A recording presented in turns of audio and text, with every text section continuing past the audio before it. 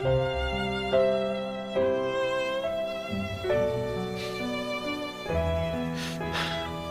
ko inaasahang mauunawaan mo ngayon. Hindi. Ang pinahihintulutan ng Ama, ang pinahihintulutan ko, yun ay para matupad ang nais ng aking Ama at paglago ng pananampalataya ng iglesia niya.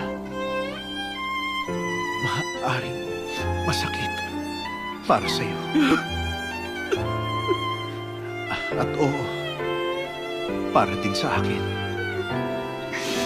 Napakasakit. Napakasakit talaga. Hindi ko maintindihan. Alam ko. At masakit yun sa puso ko. Pero pakiusap. Manatili ka lang sa akin, Tomas. At mauunawaan mo balang araw